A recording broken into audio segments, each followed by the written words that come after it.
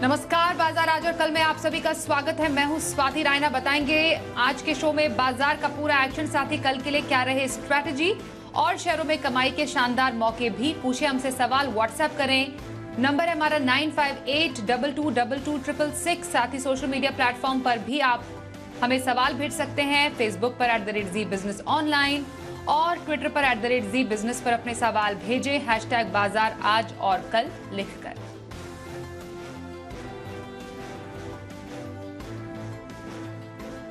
और आपकी तैयारी कराने के लिए हमारे साथ है खास मेहमान आज सेठी फिनमार्ट के विकास सेठी। विकास जी, करते हैं आपका शो में स्वागत। और साथ ही हमारे सहयोगी अरमान नाहर भी हैं, उनसे पूछेंगे बाजार का आज का हाल। लेकिन आज बाजार में कारोबारी हफ्ते के दूसरे दिन भी हमने देखा रफ्तार थी।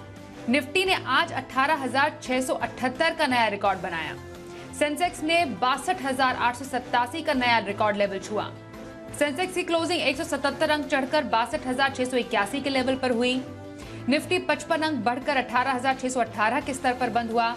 निफ्टी बैंक 33 अंक चढ़ा और 43,000 के पार बंद होने में कामयाब रहा। करते हमारे सहयोगी अरमान नाहर से बात। अरमान, हफ्ते का दूसरा कारोबारी दिन, बाजार में आज भी रिकॉर्ड लेवल पर कारोबार होता हुआ नजर आया। कहां पर सबसे ज्यादा फुर्ती थी? देखिए, मार्केट आज भी जो है रिकॉर्ड स्तर पर बंद होते हुए दिखे। उसी के साथ साथ अगर आप स्पेस देखेंगे, ओवरऑल स्पेस देखेंगे, काफी छोटे मजलो स्टॉक में आपको बढ़िया मूवमेंट आते हुए दिखा। अब निफ्टी गेनर्स की अगर बात की जाए तो उसमें आपको स्टॉक दिखेंगे HUL, JSW स्टील, सिप्ला और ब्रिटानिया जैसे स्टॉक दिखेंगे जो निफ्टी टॉप गेनर्स की सूची में रहे। उसी के हिसाब से अगर निफ्टी लूजर्स की सूची अगर देखी जाए तो उसमें आपको नाम दिखेंगे IndusInd bank, Coal India, Bajaj Finserv, power grid जैसी कंपनियां दिखेगी जो इस गिरावट में या निफ्टी लूजर्स की सूची में रही। अब कौन से स्टॉक्स रहे फोकस में जिसमें काफी बढ़िया मूवमेंट आपको ऊपर या नीचे के तौर पर ज्यादा मूवमेंट आपको देखने को मिला? उसमें new India assurance, gland pharma, Paytm, Laurus lab जो रिपोर्ट है उसके चलते काफी गिरावट आती हुई दिखी। और ऑल कार्गो लॉजिस्टिक में भी आपको 7% का बड़ी गिरावट जो है आती हुई दिखी। अब यह तो बात हो गई गेनर्स की, लूजर्स की और स्टॉक्स इन फोकस की। उसके अलावा अगर निफ्टी के अलावा अगर गेनर्स देखे जाएं तो उसमें आपको नाम देखेंगे इमामी, डाबर, IRFC और एबी कैपिटल। IRFC तो लगातार दिन प्रतिदिन लगातार बढ़ता जा रहा है। उसके अलावा अगर लूजर्स की सूची देखी जाए तो उसमें आपको नाम दिखेंगे Bajaj holdings, IIFL finance, LK equipment और AGS लॉजिस्टिक जैसी कंपनियां दिखेगी जो इस लूजर्स की सूची में है। ओवरऑल मार्केट आज भी अगर निफ्टी देखेंगे, निफ्टी की बात करें अगर, तो वो रिकॉर्ड स्तर पर बंद होते हुए दिखे। चलिए, आगे बढ़ने से पहले संस्थागत निवेशकों के आंकड़े भी जरा समझ लेते हैं। क्या आंकड़े आज आए हैं FIIs और DIIs की तरफ से? FIIs यानी विदेशी संस्थागत निवेशकों ने कैश मार्केट में करीब 1,241 करोड़ रुपए की खरीदारी की है, तो वहीं DIIs यानी घरेलू संस्थागत निवेशकों की तरफ से करीब 744 करोड़ रुपए की बिकवाली के आंकड़े आज आए हैं सामने।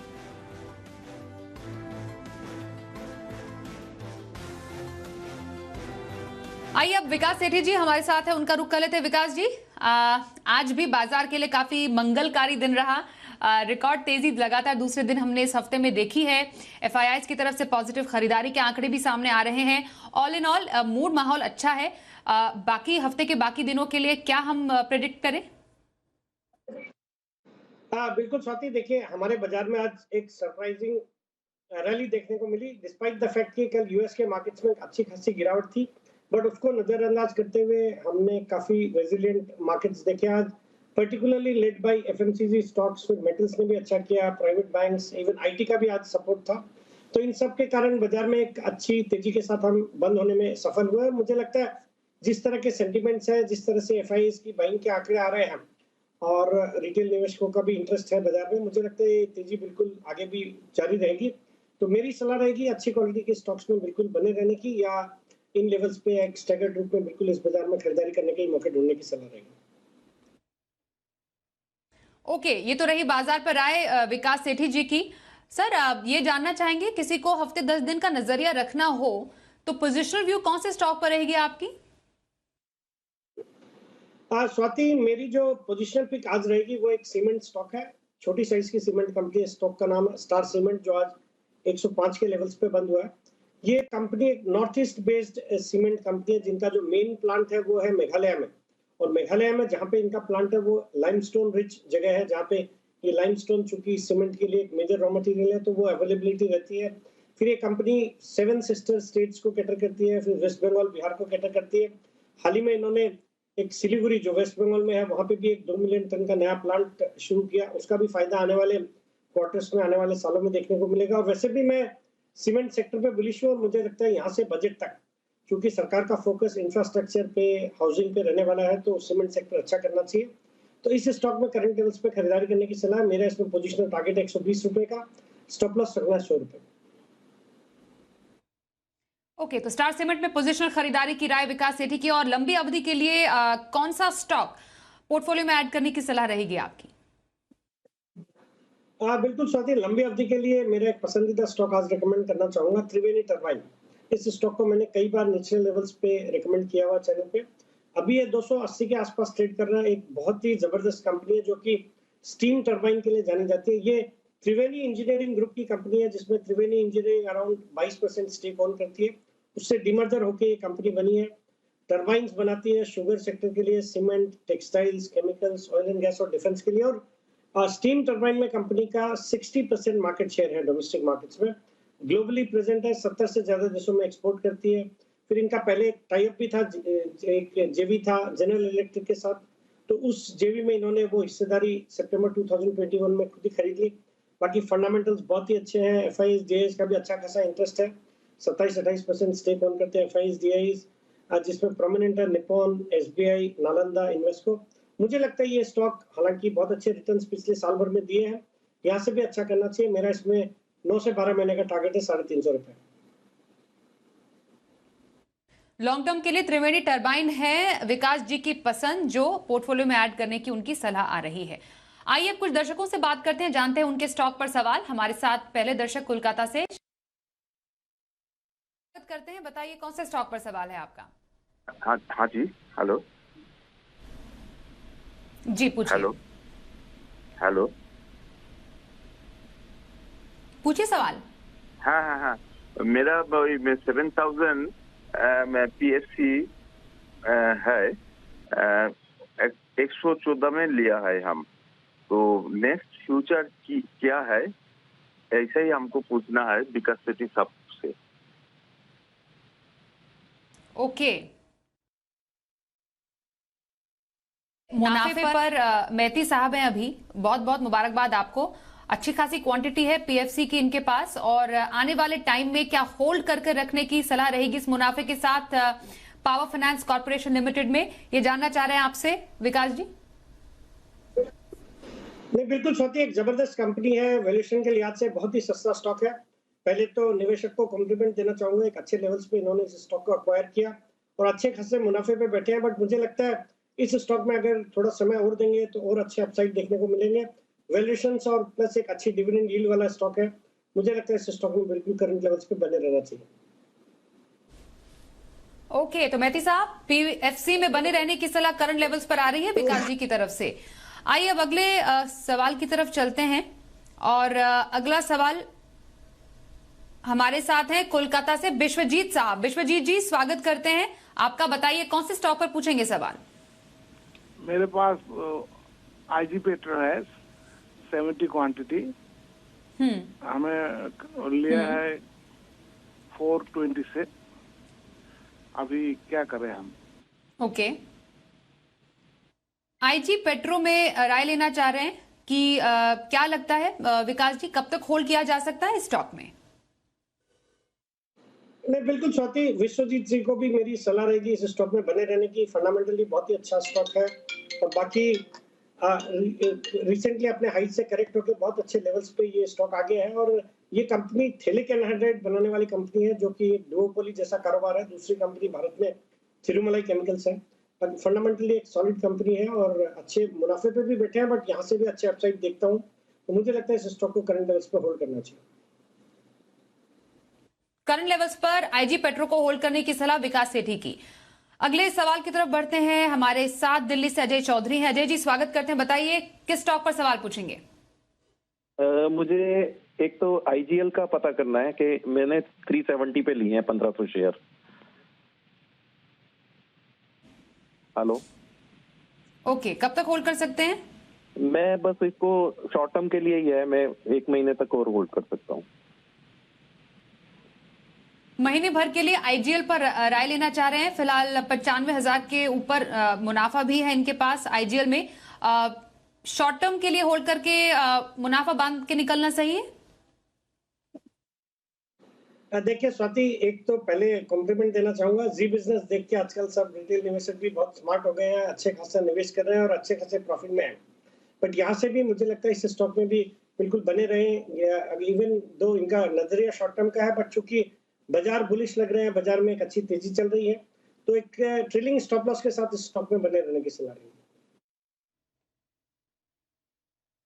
ओके, तो फिलहाल अगर हो सके तो आईजीएल में आप बने रह सकते हैं। विकास जी को अच्छी संभावनाएं स्टॉक में नजर आ रही है। बहुत बहुत शुभकामनाएं आपको। चलिए आगे बढ़ते हैं और अगले कॉलर की तरफ चलते हैं और जानते हैं उनका सवाल क्या है। स्वागत करते हैं आपका, बताइए राजेश, पूछिए क्या सवाल है आपका। राजेश कुमार सिंह वाराणसी से हमारे साथ है। राजेश जी स्वागत करते हैं, पूछिए सवाल। ओके, राजेश जी से शायद संपर्क नहीं हो पा रहा है हमारा। एसआरएफ पर इनका सवाल है विकास जी। 100 शेयर है, 2285 इनकी खरीद है, लगभग 3500 के मुनाफे पर भी है ये। एसआरएफ कब तक होल्ड करने की सलाह आपकी रहेगी स्टॉक में? नहीं, बिल्कुल स्वाति, ठीक पहचाना आपने, इस स्टॉक में भी होल्ड ही करना है। एक अच्छी क्वालिटी की कंपनी है, हालांकि स्टॉक में अपने ऊपरी लेवल से अच्छा खासा करेक्शन हुआ है, बट निवेशक को इन लेवल्स पे भी मुनाफा हो रहा है और मुझे लगता है आने वाले दिनों में इस स्टॉक में अच्छे अपसाइड आने चाहिए, तो होल्ड करने की सलाह रहेगी। मुझे लगा अगर 6 से 12 महीने इस स्टॉक को देंगे तो यहाँ से 15 से 20% के अपसाइड इजीली आ सकते हैं। होल्ड करें एसआरएफ पर। राजेश जी, ये आपके लिए सलाह आ रही है हमारे आज के एक्सपर्ट की तरफ से। अगला सवाल। ओके, हमारे साथ एक और कॉलर है, उनसे बात करते हैं। नईमुद्दीन हमारे साथ हैं, उनसे जानते हैं उनका सवाल क्या है। नईमुद्दीन जी स्वागत करते हैं, बताइए कौन से स्टॉक पर सवाल है आपका। मैडम, मेरे पास आईआरसीटीसी के 35 शेयर्स है 835 के हिसाब से। ठीक है। और एनबीसीसी के 47 के हिसाब से 425 शेयर है। ठीक है, कब तक के लिए आपने लिए हैं दोनों स्टॉक्स? तो अभी मैं 2-3 महीने अभी वेट कर सकता, मार्च तक। मार्च तक का व्यू लेकर चल रहे हैं आईआरसीटीसी और एनबीसीसी में। विकास जी, आपको ठीक लग रहा है इनकी स्ट्रैटेजी? नहीं, देखिए, एक तो स्टॉक तो इन्होंने ठीक ठाक ही पसंद किए हैं। आईआरसीटीसी का जहां तक सवाल है, सभी जो रेलवे स्टॉक्स है उनमें एक बहुत ही अच्छी तेजी चल रही है, हालांकि ये स्टॉक उतना परफॉर्म नहीं कर रहा है। I would have preferred some other railway stocks to be into at this point in time. मुझे लगता है जैसे आरवीएनएल मैंने 39-40 रुपए के लेवल्स पर रिकमेंड किया, वहां से डबल हो गया। फिर राइट्स है, वो सब स्टॉक ज्यादा अच्छे लगते हैं, बट इवन आईआरसीटीसी मुझे लगता है करंट लेवल से अच्छा करेगा, तो इनको तो अभी नुकसान में बैठे हैं, बट मुझे लगता है नुकसान की भरपाई हो सकती है, थोड़ा समय देना पड़ेगा। और जहां तक एनबीसीसी का सवाल है, वो भी एक अच्छी कंपनी है, सुर्खियों में रहती है, अच्छे खासे ऑर्डर्स मिले हैं हाल ही में। और ये जितने सरकारी स्टॉक्स है, और खास करके जो इंफ्रास्ट्रक्चर को कैटर करने वाली कंपनियों पे मैं ऐसे भी बुलिश हूँ। मुझे लगता है ये स्टॉक भी यहाँ से अच्छे अपसाइड दिखा सकता है, हालांकि इनकी खरीद ऊपर लेवल्स की है, इनके भाव आने में समय लगेगा, बट करंट लेवल्स पे होल्ड करने की सलाह। चलिए अगला सवाल लेते हैं व्हाट्सएप पर। मंजेश कुमार पुणे से सवाल पूछ रहे हैं। HUL पर 150 शेयर इनके पास है, 2,500 रुपए इस पर इनकी खरीद है। HUL पर हमने देखा शेयर में काफी अच्छी तेजी हमने देखी है। आज शेयर निफ्टी का टॉप गेनर भी इस बलबूते बना। 20,000 तक के फायदे पर भी, मुनाफे पर भी मंजेश जी बैठे हुए हैं। फिलहाल HUL इस मुनाफे के साथ आगे क्या स्ट्रैटेजी रखने की सलाह रहेगी आपकी विकास जी? बिल्कुल, आज एक बहुत ही दमदार तेजी, और आज जो एक्चुअल में निफ्टी में जो तेजी हुई है, मेन रीजन HUL ही था, और HUL के साथ बाकी भी जो एफएमसीजी कंपनी जैसे ब्रिटानिया वगैरह में अच्छी तेजी थी। मुझे लगता है ये स्टॉक आज तो वैसे अच्छी तेजी हुई है, बट अगर किसी का मीडियम से लंबी अवधि का नजरिया है तो बिल्कुल इस स्टॉक में बने रहना है। एक बहुत ही दमदार फंडामेंटल्स वाली एक सॉलिड कंपनी है जो लॉन्ग टर्म पोर्टफोलियो का हिस्सा रहना चाहिए। I would maintain a hold at these levels. Okay, तो लॉन्ग टर्म का नजरिया हो तो HUL एक बहुत अच्छी बेट है आपके लिए, ऐसा मानना है विकास सेठी जी का। अगला सवाल व्हाट्सएप पर लेते हैं हरदोई से महेंद्र सिंह साहब का। महेंद्र जी के पास है कोल इंडिया, 500 शेयर इनके पास, जिस पर इनकी है खरीद 250 रुपए की।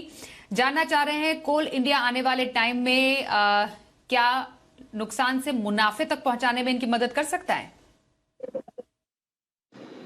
देखिए अगेन देखिए कोल इंडिया में हमने देखा एक बहुत अच्छी तेजी पिछले कुछ दिनों में बनी, फिर अब करेक्शन का दौर चालू हुआ है। इन्होंने बहुत ऊंचे लेवल्स पे लिया है, हालांकि एक अच्छी डिविडेंड यील्ड वाला अच्छा स्टॉक है और कोल के प्राइसेस जिस तरह से बढ़े हैं उसके कारण से भी स्टॉक में अच्छी तेजी देखी जा रही है। बट अब मुझे लगता है we are somewhere near the peak of the coal cycle, तो अब यहाँ से बहुत अच्छे अपसाइड आने वाले दिनों में नजर नहीं आते। मुझे लगता है कोई भी उछाल में इसमें निकलने की सलाह रहेगी, हालांकि फंडामेंटल्स अच्छे हैं बट एक स्लो परफॉर्मर है और बाजार में ऑल्टरनेटिव्स बहुत ज्यादा है, तो मुझे लगता है इसको बेच के अगर किसी दूसरे फास्ट मूविंग स्टॉक में अगर एंट्री करेंगे तो ज्यादा अच्छा रहेगा। ओके, तो कोल इंडिया अभी बेचने की सलाह आ रही है आपके पास हमारे आज के एक्सपर्ट विकास जी की तरफ से। अगले सवाल की तरफ बढ़ते हैं। हमारे साथ अहमदाबाद से मीत पटेल साहब है। मीत जी स्वागत करते हैं, बताइए आपका कौन सा स्टॉक है? तो मेरे पास टाटा पावर है जी, पूछिए सवाल। 229 के भाव के 2770 ओके, कितने क्वांटिटी है? 2770। ओके, और कब तक रखने का आपका प्लान है? मेरा 3 से 4 महीने का नजरिया है। 3 से 4 महीने का नजरिया टाटा पावर पर। बताइए विकास जी, सही है? बिल्कुल होल्ड करने की सलाह रहेगी। एक जबरदस्त कंपनी है और जिस तरह से सरकार इस कंपनी का फोकस है आजकल रिन्यूएबल एनर्जी के ऊपर, अपनी कैपेसिटी बढ़ा रहे हैं, फिर इलेक्ट्रिक व्हीकल्स का या इलेक्ट्रिक व्हीकल्स के इंफ्रास्ट्रक्चर क्रिएट करने का एक मेजर फोरे किया इस कंपनी ने। बाकी पावर स्टॉक्स अच्छा कर रहे हैं और ये स्टॉक अच्छा खासा पिटा भी हुआ है और इन्होंने बहुत ऊंचा नहीं खरीदा है, करंट लेवल से थोड़े अपसाइड पे खरीदा है, बट मुझे लगता है 3-4 महीने अगर इसको देंगे तो यहाँ से मुझे लगता है 250-260 तक के लेवल से स्टॉक में बिल्कुल देखे जा सकते हैं।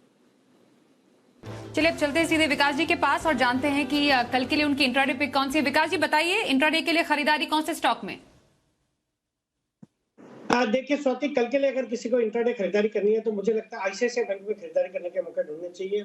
आज भी ये स्टॉक अच्छा कर रहा था और वैसे इस स्टॉक पे मैं बुलिश हूँ। आज ये 947 के आसपास बंद हुआ है, बट जिस तरह से बैंकिंग सेक्टर परफॉर्म कर रहा है और इस तिमाही के इसके नतीजे थे, हर फ्रंट पे मार्केट के एस्टिमेट्स को बीट किया है।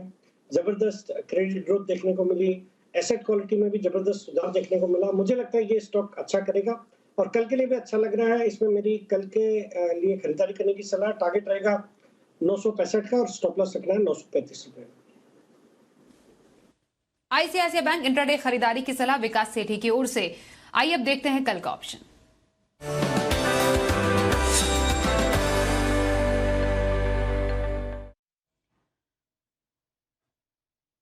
एक्सिस सिक्योरिटीज के राजेश पालविया का करते हैं स्वागत। राजेश जी वेलकम, बताइए सर कल के लिए ऑप्शन स्ट्रैटेजी कहाँ? Good evening Swati ji. तो देखिए आज मार्केट में निफ्टी में आउट परफॉर्मेंस देखने को मिला और जिस तरीके से निफ्टी होल्ड आउट करते हुए दिख रहा है 18,600 के ऊपर, हमने देखा है कि पिछले ट्रेडिंग सेशन में भी 18,500 18,400 के स्ट्राइक में काफी एग्रेसिव पुट राइटिंग देखने को मिली, जो ये दिखाता है कि बेस हायर साइड पे शिफ्ट होते हुए दिख रहा है मार्केट का और हम एक्सपेक्ट कर रहे हैं कि ये रैली कंटिन्यू रहेगी और 18,750-800 तक भी निफ्टी में हमें लगता है कि अपवर्ड मोमेंटम कंटिन्यू होते हुए दिखेगा। तो इस तेजी को प्ले करने के लिए हम 18,600 का कॉल ऑप्शन बाय करने की सलाह देंगे, जो कि आज करीब क्लोज हुआ है 67 रुपीज के आसपास। इसमें स्टॉप लॉस रखना होगा करीब 35 रुपए का और अपसाइड के टारगेट एक्सपेक्ट कर रहे हैं 100 रुपए से 115 रुपए तक के।